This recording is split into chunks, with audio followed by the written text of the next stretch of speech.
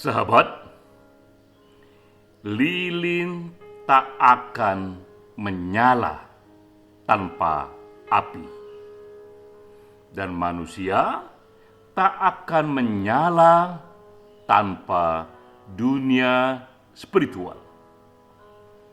Ini renungan dari Buddha, dari Siddhartha Gautama, yang dianggap nabi bagi para penganutnya. Kita tahu Siddhartha Gautama salah satu pemikir yang begitu mendalam merenung soal akar-akar kehidupan. Bagaimana kita memahami dunia spiritual menurut Buddha tadi? Apa itu dunia spiritual yang begitu sentral posisinya bagi manusia? Saya mengartikannya dunia spiritual sebagai sistem narasi yang memberikan manusia meaning of life. Begitu sentral pentingnya meaning of life, sehingga manusia hampir mustahil bisa hidup bahagia tanpa menemukan meaning of life. Dengan demikian, bisa saja manusia itu keluar atau meninggalkan agama-agama konvensional, tapi kebutuhan eksistensialnya akan meaning of life membuatnya menciptakan agama-agama baru atau menciptakan komunitas spiritual yang baru sesuai dengan spirit zamannya. Inilah kerangka yang kuat untuk kita masuk ke topik yang hangat, penting, dan sensitif pada webinar kita kali ini, webinar Esoterika Bulanan, ini yang ke-24. Topiknya adalah soal merosotnya agama, apa sebabnya? Yang berbicara sahabat kita Lutfi Asaukani, dan kita tahu ia tidak hanya panjang mendalami agama, khususnya Islam, tapi juga ia panjang mendalami kritik atas agama, sehingga sahabat kita ini kompeten bicara mengenai topik ini, topik mengenai merosotnya agama. Peran saya memperkaya topik diskusi dengan masuk pada subtopik yang lebih detail lagi, bahwa di samping merosotnya agama berdasarkan data, tapi perlu juga dicatat munculnya teologi of happiness, seperti tadi dikatakan oleh Siddhartha Gautama. Ada kebutuhan eksistensial pada manusia untuk menemukan sistem narasi, memberikannya meaning of life. Agama konvensional bisa merosot, tapi akan lahir penggantinya sistem narasi yang memberikan meaning of life sesuai dengan mindset zamannya. Kita mulai dari buku. Inilah buku yang menjadi dasar dari diskusi kita kali ini, yang juga dibahas oleh sahabat kita Lutfi Asaukani. Buku yang berjudul Religion's Sudden Decline, What's Causing It, and What Comes Next. Ini buku yang terbit di tahun 2020, penuh dengan data yang menunjukkan bahwa pada negara-negara makmur, agama semakin tak dianggap penting. Ini satu pernyataan yang kuat sekali, dan pernyataan ini didukung oleh data-data yang juga sangat masif. Pengarangnya adalah Ronald F. Inglehart yang baru saja wafat 1934-2021. Saya sempat menyaksikan wawancara yang salah satu yang terakhir dengan Inglehart mengenai bukunya. Ya, ia sendiri pernah menjadi direktur dari World Values Survey. Ini lembaga yang mengumpulkan data-data dari sekitar 100 negara yang menghimpun 90% populasi dunia.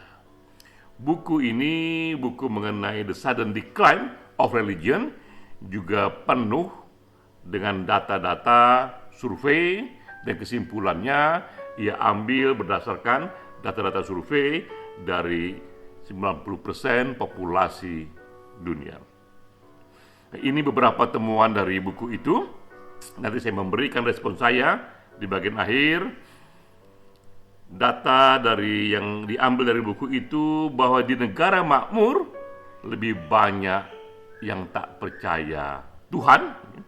Ini ada beberapa kategori yang ia buat. Di negara-negara muslim, persentase yang tak percaya Tuhan hanya 2%. Di negara yang penghasilannya middle dan low income, yang tak percaya Tuhan itu 12%, ya.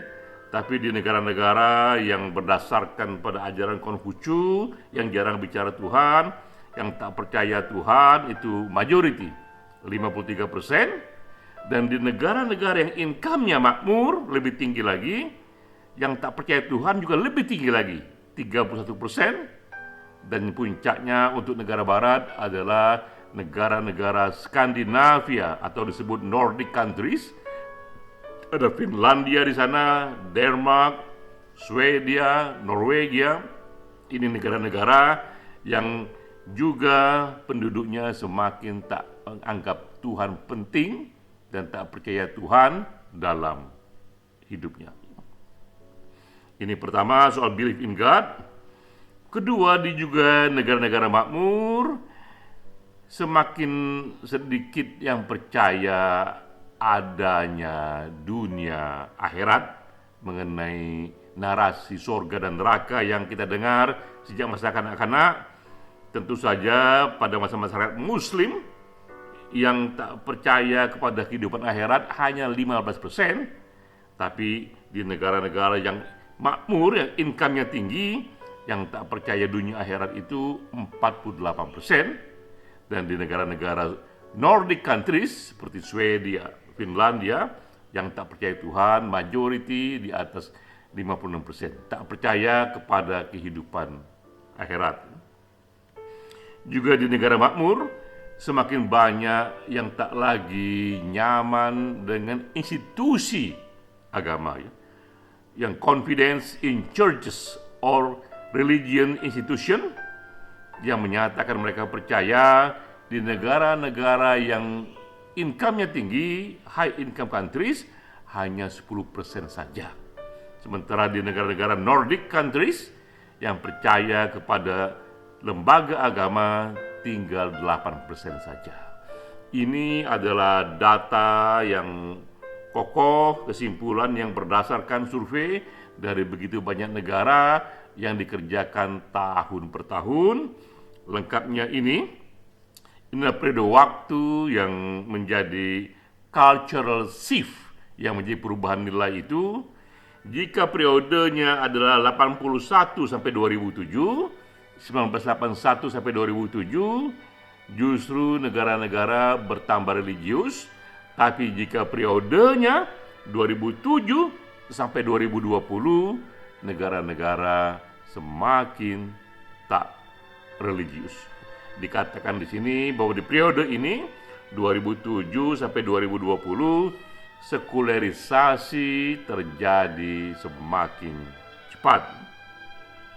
Di buku ini Engelhardt juga menyatakan dulu Amerika menjadi satu-satunya perkecualian bahwa di negara itu adalah negara makmur tapi agama sangat kokoh. Namun sekarang periode ini sejak 2007 sampai 2020 di Amerika pun agama merosot. Jadi clear, inilah data yang diberikan oleh Engelhardt di buku itu, data yang sahih, yang tak lain menunjukkan agama merosot pada negara-negara dengan kemakmuran yang tinggi, high income culture. Apa itu definisi income yang tinggi? Ini ada beberapa angkanya. Inilah definisi income tinggi dari World Bank. itu negara yang penghasilan GDP per kapitanya itu 12.656 USD atau kira-kira 180 juta per tahun. Jadi negara yang income penduduknya rata-rata sekitar 180 juta per tahun atau 15 juta per bulan, itu dianggap negara dengan high income tinggi. Kita bisa bandingkan dengan Indonesia misalnya. Indonesia sekarang ini rata-rata income-nya itu GDP per kapita baru 3.869 USD. Jadi negara makmur itu kira-kira negara yang penghasilannya 3,5 kali lipat dari penghasilan negara Indonesia saat ini. Nah, kita tahu ketika negara itu makmur, maka pertambahan ekonomi di sana juga menyebabkan perubahan nilai-nilai yang membuat agama konvensional semakin ditinggal. Kita balik lagi kepada slide awal. Ini situasi bahwa di negara makmur seperti AS pun, Amerika pun, agama merosot. Lalu mengapa agama merosot? Apa penyebab agama merosot? Engelhardt di sini menyatakan bahwa pada negara-negara high income terjadi perubahan norma, perubahan nilai dari yang disebut pro-fertility norma kepada pro-individual choice norma. Jadi norma dari yang pro-fertility menuju norma pada pro-individual choice. Agak rumit memang kalau dijelaskan di sini apa itu pro-fertility, tapi kita katakan secara singkat bahwa kemakmuran ekonomi ternyata juga membawa kepada satu lifestyle yang berbeda, lifestyle yang lebih pas dengan yang disebut pro-individual choice. Salah satu di sana kita melihat dalam negara-negara makmur, individu pun semakin bebas memilih lifestyle-nya, termasuk seperti pro kepada LGBT, termasuk juga pro kepada kehidupan tanpa menikah, termasuk juga pro kepada kehidupan yang tak lagi ingin memiliki anak. Nah, kita tahu nilai-nilai individu seperti ini, human rights yang seperti LGBT, seperti mereka yang tak lagi ingin menikah, tak lagi ingin memiliki anak, itu tak lagi kompatibel, tak lagi sesuai dengan agama-agama konvensional. Karena itu pula pada negara-negara makmur ini, nilai-nilai yang diajarkan agama-agama konvensional semakin tidak fungsional, semakin kehilangan bentuknya. Itu penyebab pertama. Penyebab kedua, menurut Engelhardt, pada negara-negara makmur juga berkembang welfare state dan ilmu pengetahuan.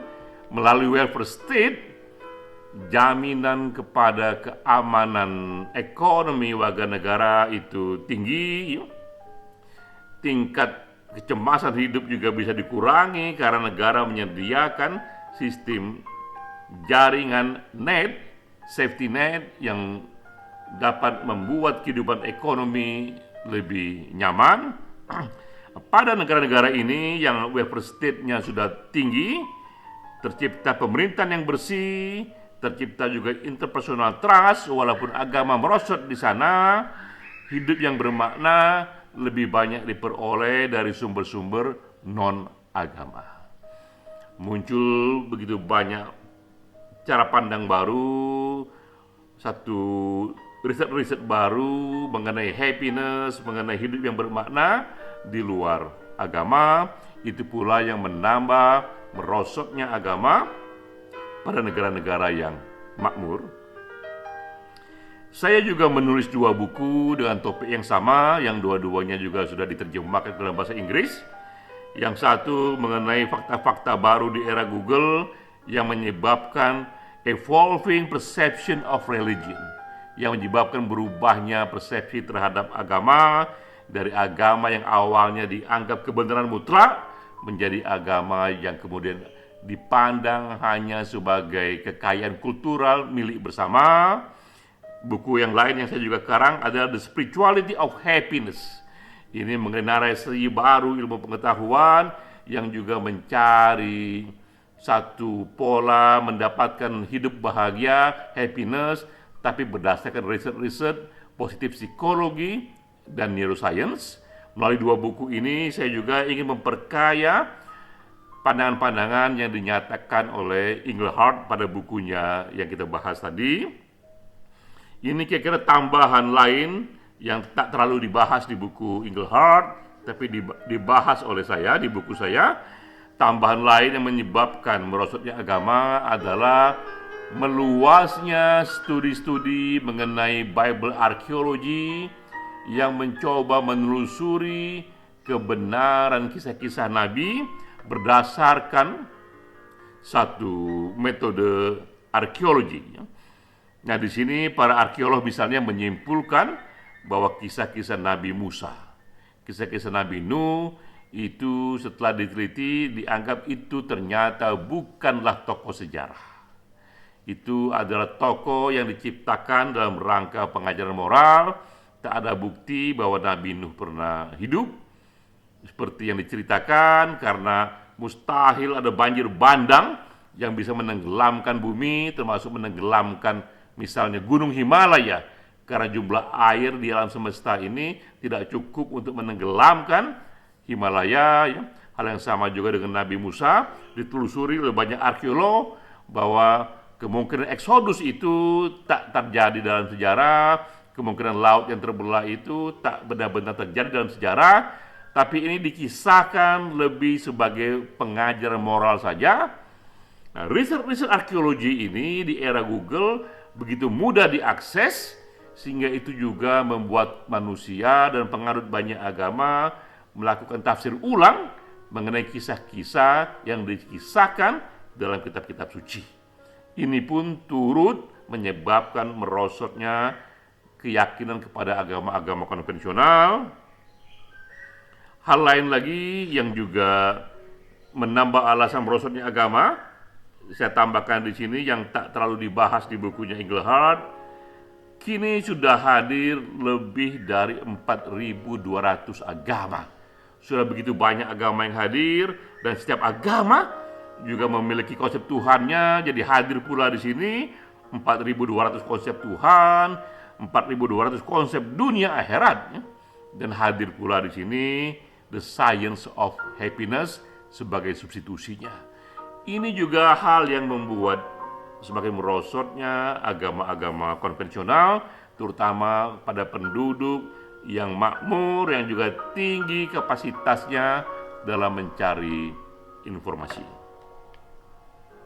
Ini hal lain lagi mengapa agama juga tambah merosot, karena data menunjukkan, yang saya bahas juga di buku saya, bahwa top 10 negara yang paling bahagia, paling bebas korupsi, paling tinggi Human Development Index-nya, majoriti publik tak lagi anggap agama penting. Jadi kita melihat kasus studi di sini, terutama di Nordic country, di negara-negara seperti Finlandia, Swedia, Norwegia. Negara-negara ini, negara-negara yang dihitung berdasarkan indeks, ada negara-negara yang paling bahagia. Seperti sekarang ini tahun 2022, Finlandia kembali terpilih sebagai negara paling bahagia, tapi di sana agama dianggap tak terlalu penting. Publik melihat data, sekali lagi data yang sangat masif, bahwa pada masyarakat yang tak lagi menganggap agama itu penting, justru di masyarakat itu mereka sangat bahagia, mereka bersih dari korupsi, dan juga tingkat indeks pembangunan manusianya itu tinggi. Jadi kita melihat begitulah data mutakhir yang ada, dan kita menimbang-nimbang, akhirnya memang terjadi satu cultural shift, perubahan nilai, perubahan persepsi terhadap agama konvensional. Namun, ini yang perlu kita tekankan, karena ini juga ditulis di bukunya Engelhardt, ada temuan penting bahwa dalam kondisi negara yang sama, mereka yang beragama lebih bahagia dibandingkan mereka yang tidak beragama. Di negara yang income-nya rendah, mereka yang beragama lebih bahagia. Di negara yang income-nya menengah, mereka yang beragama juga lebih bahagia, dan di negara yang income-nya tinggi, mereka yang beragama juga lebih bahagia.